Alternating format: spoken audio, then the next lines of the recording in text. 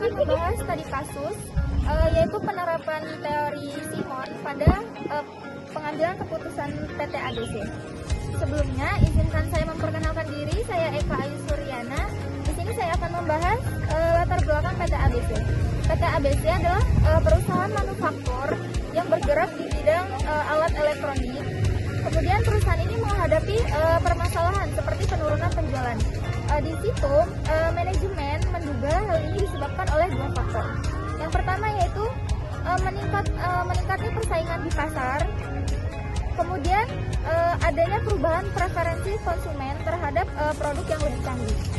Kemudian di sini kami akan membahas melalui 4 tahap teori Simon. Yang pertama ada intelijen. Intelijen itu yaitu pengumpulan data dan informasi untuk identifikasi sebuah masalah. Kemudian yang kedua ada desain. Desain itu yaitu tahap rumusan pengulangan dalam bentuk opsi pemecahan permasalahan. Jadi setelah adanya identifikasi masalah, kemudian sekarang adanya pemecahan masalah. Kemudian yang ketiga, choice, yaitu fase menyaring keputusan dari solusi alternatif yang tersedia. Kemudian di sini di dalam choice itu kita memilih alternatif yang akan kita gunakan untuk memecahkan permasalahan yang ada di PT ABC. Kemudian selanjutnya ada implementation, yaitu tahap menjalankan pilihan keputusan dan mengevaluasi hasil. Di sini kita menjalankan tahapan-tahapan dan alternatif yang sudah kita pilih, kemudian kita terapkan dalam pengambilan keputusan yang sudah kita pilih, kemudian mengevaluasi hasil untuk kedepannya. Sekian penjelasan dari saya. Untuk selanjutnya akan dilanjutkan oleh Selanjutnya, aku akan jelasin tentang tahap intelijen atau pengenalan masalah. Jadi aku di sini ada contohnya PT ABC yang berhasil telah mengidentifikasi masalah utama, yaitu penurunan penjualan. Di sini PT ABC menganalisis mendalamnya melalui menemukan dua akar penyebab utama, yaitu persaingan yang semakin ketat di pasar dan perubahan preferensi konsumen terhadap produk yang lebih canggih. Terus di sini manajemen juga mengumpulkan data pasar, data penjualan, data pesaing, dan umpan balik konsumen untuk mendukung analisis mereka. Selanjutnya tahap 2 itu teman aku yang akan jelasin selanjutnya. Bye bye. Sini. Baiklah, di sini saya akan membahas tahap 2, yaitu tentang tahap desain, merancang solusi alternatif.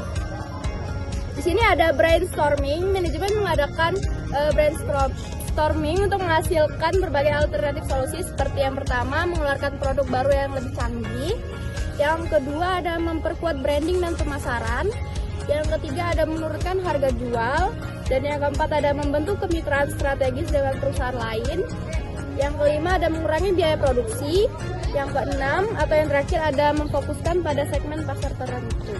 Baiklah, di sini saya akan melanjutkan ke tahap ketiga.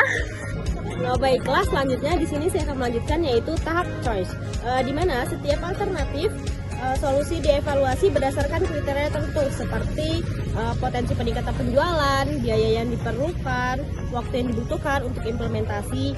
Selanjutnya yaitu ada resiko yang mungkin terjadi.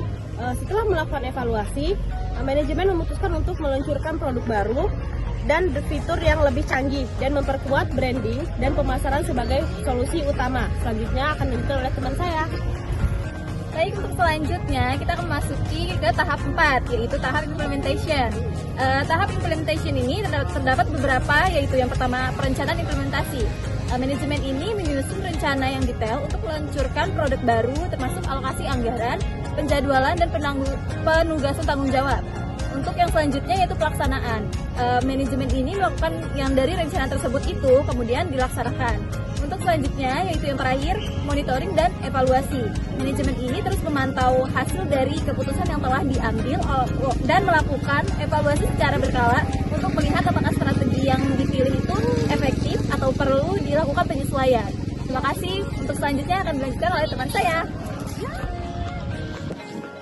Oke, jadi setelah pembahasan yang telah disampaikan oleh teman-teman saya tadi, sampailah kita pada kesimpulan. Kesimpulannya yaitu dengan menerapkan teori Simon dan pendekatan-pendekatan yang dijelaskan tadi, PT ABC dapat mengambil keputusan yang lebih baik dan efektif untuk mengatasi masalah penurunan penjualan. Proses pengambilan keputusan yang sistematis dan berbasis data akan meningkatkan peluang keberhasilan perusahaan dalam persaingan yang semakin ketat. Baiklah, selanjutnya kita akan masuk pada tahap diskusi. Nah, tadi kan kalian sudah membahas tuh tentang PT ABC itu. Nah, jadi alternatif apa yang paling cocok untuk PT ABC tersebut?